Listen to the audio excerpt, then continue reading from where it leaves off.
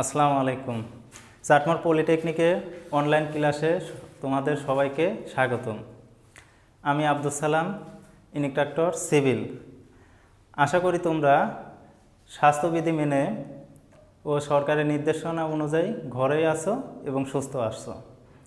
আজ আমরা আলোচনা করব টেকনোলজি সিভিল পর্ব সপ্তম, বিষয় ডিজাইন অফ স্ট্রাকচার 2 আর অধ্যায় প্রথম, মেঝে ও ছাদ স্ল্যাবের ধারণা। তো দেখো, প্রথমে আমাদের কথাটা আসছে ডিজাইন অফ স্ট্রাকচার 2। তো আমাদের এখন চিন্তা ভাবনা করা লাগবে যে আসলে ডিজাইন অফ স্ট্রাকচার 2 এই জিনিসটা আসলে কি। তো আমরা দেখো, যে কোনো বিল্ডিং আমরা করতে যাই সেখন তো আমরা ধারাবাহিকতা রক্ষা করে আমাদের বিল্ডিংটা করতে হয়। এখন যদি ওই বিল্ডিংয়ের আমাদের ধারাবাহিকতা না থাকে, তাহলে তো আমাদের কাজ কেমন খরচ রাখছে আমরা তো বুঝতে পারবো না। সেম পরিমাণে উদাহরণ, ডিজাইনটা আমরা কেন করতে যাই?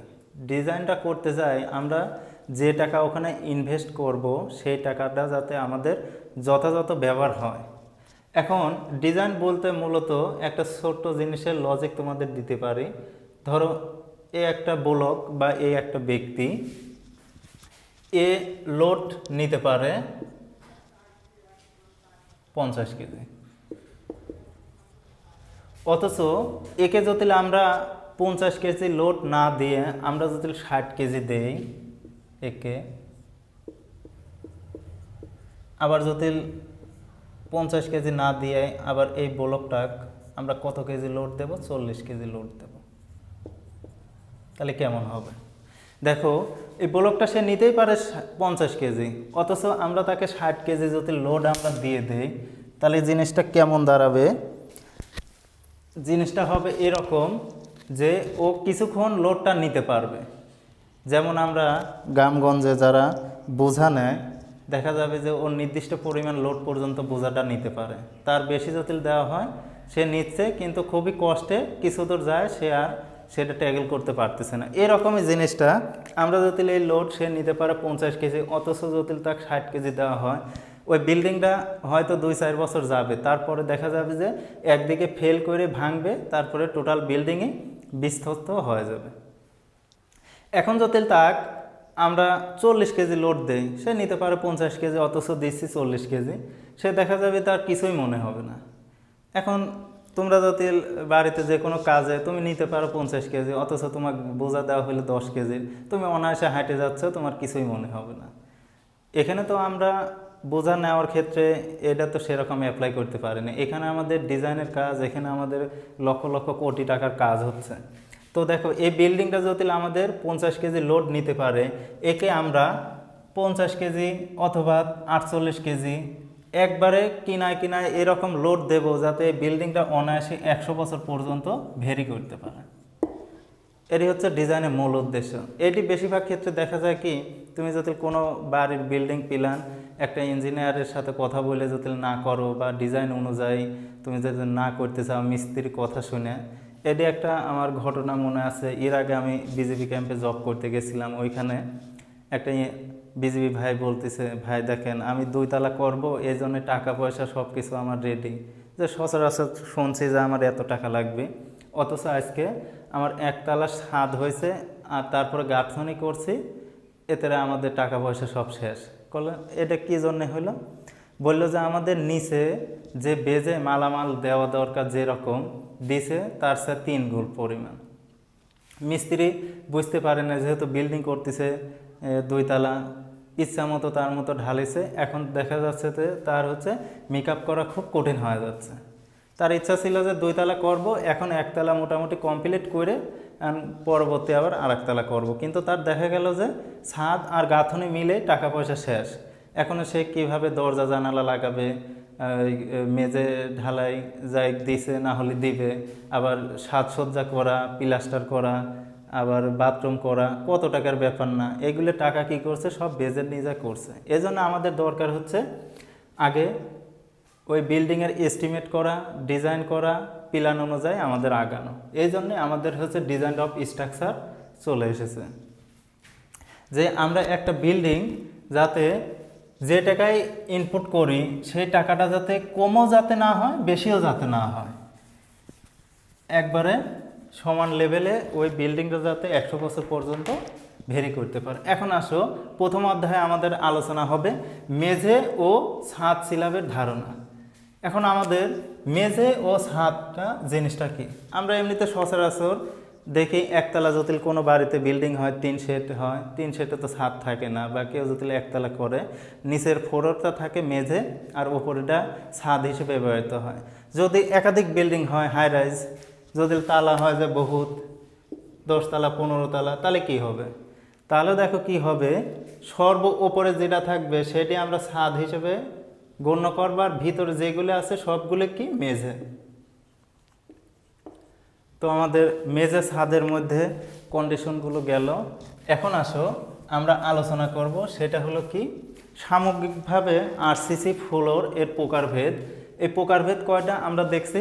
5টা প্রকারভেদ আমরা একটা লক্ষ্য করতে পারছি। 5টার মধ্যে কি কি? একমুখী স্ল্যাব, দ্বিমুখী স্ল্যাব, ফাট স্ল্যাব, রিবোর্ড স্ল্যাব, আরবি স্ল্যাব। তো দেখো একমুখী স্ল্যাব, এই একমুখী স্ল্যাবটা আবার কেমন হবে? যে স্ল্যাবের দৈর্ঘ্য প্রস্থের অনুপাত 2-এর বেশি সেটা হচ্ছে একমুখী স্ল্যাব। এদিকে যদি আমরা দৈর্ঘ্য একটা মাপ পাইলাম আর প্রস্থের একটা মাপ পাইলাম, এই দুইটার অনুপাত করব। অনুপাত করে যদি আমাদের 2-এর বেশি হয় তাহলে আমরা কি করব? এটি হচ্ছে একমুখী স্ল্যাব। সেক্ষেত্রে এটা যদি আমাদের কোনো সময় দৈর্ঘ্য 6 মিটার হয় আর প্রস্থ যদি 2 মিটার হয়, তাহলে আমরা যদি 6/2 করি হয়ে যায় কত? 3 মিটার। তাহলে এটি কি 2-এর বেশি না? হচ্ছে কি 2-এর বেশি, 2 মিটারের বেশি, বা 2 ধরতেছে 2 মিটার হইতে পারে, 2 সেন্টিমিটার, 2 ফিট হইতে পারে, ইঞ্চি, যাই হোক আমাদের 2-এর বেশি হলে পরে সেটি কি আমাদের একমুখী স্ল্যাব। এখন দ্বিমুখী স্ল্যাবটা কি? এখানে আমাদের দৈর্ঘ্য প্রস্থের অনুপাত যদি আমাদের 2-এর কম হয়, 2 অথবা 2-এর কম হয়, তাহলে আমাদের দ্বিমুখী স্ল্যাব হবে। এরকমভাবে আমরা দৈর্ঘ্যের একটা মাপ নেব, প্রস্থের একটা মাপ নেব, নিয়ে দেখবো যে এটি কেমন হয়। ধরো যে এটা দৈর্ঘ্য যদি আমরা 3 মিটার নেই, প্রস্থ যদি আমরা 2 নেই, যদি আমরা 3/2 করি, আমরা সচরাচর দেখি এটি হবে কত? 1.5 মিটার। 1.5 মানে কি? এটা কি 2-এর চেয়ে কম, 2 মিটারের চেয়ে কম, তার মানে হচ্ছে এটি দ্বিমুখী স্ল্যাব। আমাদের বেশিরভাগ ক্ষেত্রে আমাদের এই দ্বিমুখী স্ল্যাব নিয়ে আমাদের এই দেশে এই অঙ্কগুলো বেশিটা ব্যবহৃত হয়, আমরা এটি নিয়ে বেশি কাজ করব। এখন আসো ফাট স্ল্যাব। আমাদের এই ফাট স্ল্যাব এই জিনিসটা কি আমাদের বুঝতে হবে। ফাট স্ল্যাব যে সমস্ত স্ল্যাব তোমার সরাসরি কলাম, বিম এগুলোর ওপর অবস্থান করবে না, মানে বিমের ওপর অবস্থান করবে না, সরাসরি কলামের ওপর অবস্থান করবে, সেটি হচ্ছে ফাট স্ল্যাব। ফাট স্ল্যাবের ভিতর আমরা 2টা অংশ পাই, সেটা হচ্ছে কলাম ক্যাপিটাল আর ডগ প্যানেল। এটি যদি আমরা স্ল্যাব জটিল হয়, যেহেতু আমাদের এখানে বিম থাকবে না, কোনো বিমের ওপর অবস্থান করবে না, এটি আমাদের স্ল্যাব। আর এইখানে দেখো আমাদের নিচে কলাম, তারপরে আছে এইটুকা অংশটা আমাদের কি? Column capital. আর এই যে বাড়তি অংশটুকু আমাদের থাকে, এই বাড়তি অংশটুকু হচ্ছে ডগ প্যানেল। এই ডগ প্যানেলটা আবার কেমন হবে? এই ডগ প্যানেল হবে এই যে স্ল্যাবের যে পুরুত্ব থাকবে তার চেয়ে বেশি পরিমাণ হবে ডগ প্যানেলটা। তো এখন আসো আমাদের হচ্ছে রিবোর্ড স্ল্যাব। তো আমরা রিবোর্ড স্ল্যাবটা কি সেটি আমরা আলোচনা করব। হালকা ও মাঝারি লাইভ লোডের জন্য আমরা রিবোর্ড স্ল্যাবগুলো ব্যবহার করে থাকি। এগুলো এই স্ল্যাব হচ্ছে অর্থনৈতিক দিক দিয়ে খুবই উপযোগী, তবে অধিক লোডের জন্য একমুখী দ্বিমুখী স্ল্যাব এটি খুব উপযোগী। যদি অধিক লোড কোনোখানে প্রয়োগ করার দরকার হয়, যে বা আমরা আরও বিল্ডিং করব, সচরাচর বাড়াতে থাকবো, সেখন কিন্তু এই ফাট স্ল্যাবটা রিবোর্ড স্ল্যাবটা কিন্তু ব্যবহার করা খুব কঠিন, কারণ এর স্ল্যাবটা সরাসরি ইট দ্বারাই আমাদের হচ্ছে স্ল্যাবটা নির্মাণ করা হয়। এখন এরপর আসো আমাদের আরবি স্ল্যাব।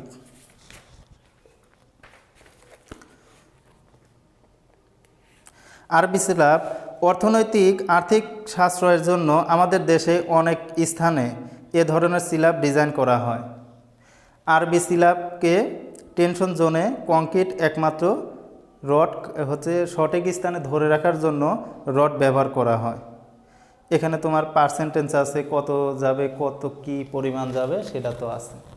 তো আমাদের গেল এইগুলো সামগ্রিকভাবে আরসিসি 4 সিলাবের প্রকারভেদ। তো আমরা দেখো এখন আসব আরসিসি মেজে অথবা সিলাব ছাদে কি কি পরিমাণ লোড পড়ে।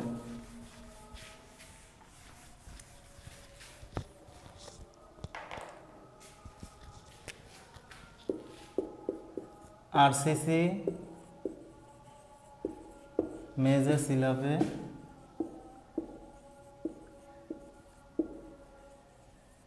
লোডের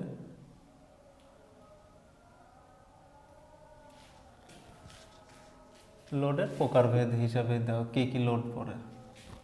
এখানে এটা না দিয়ে আমরা যদি সরাসরি দেই সিলাবে যে সব লোড,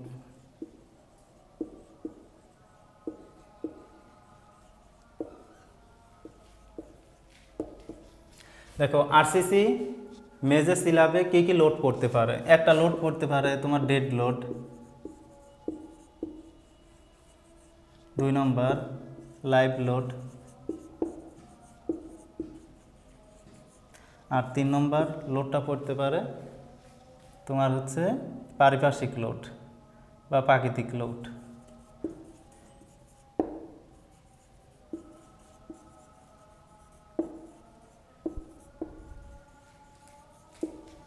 তো দেখো আরসিসি মেজে সিলাবে লোডগুলো, ডেড লোডটা কি?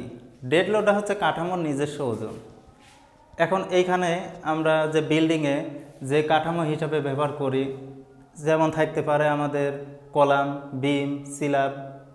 সিলাব 2 রকম হয়, একটা মেজে সিলাব, একটা 4 সিলাব আর একটা রূপ সিলাব, ছাদ অথবা মেজে।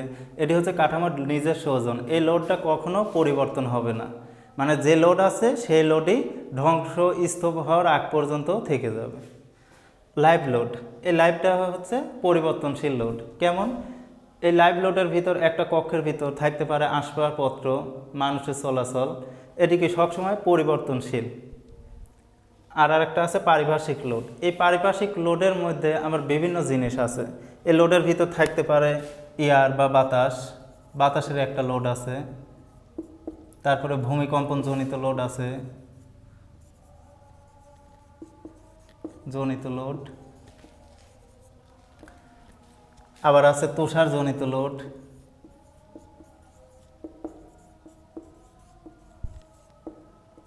আবার হচ্ছে আবহাওয়া জনিত ওইগুলো থাকে।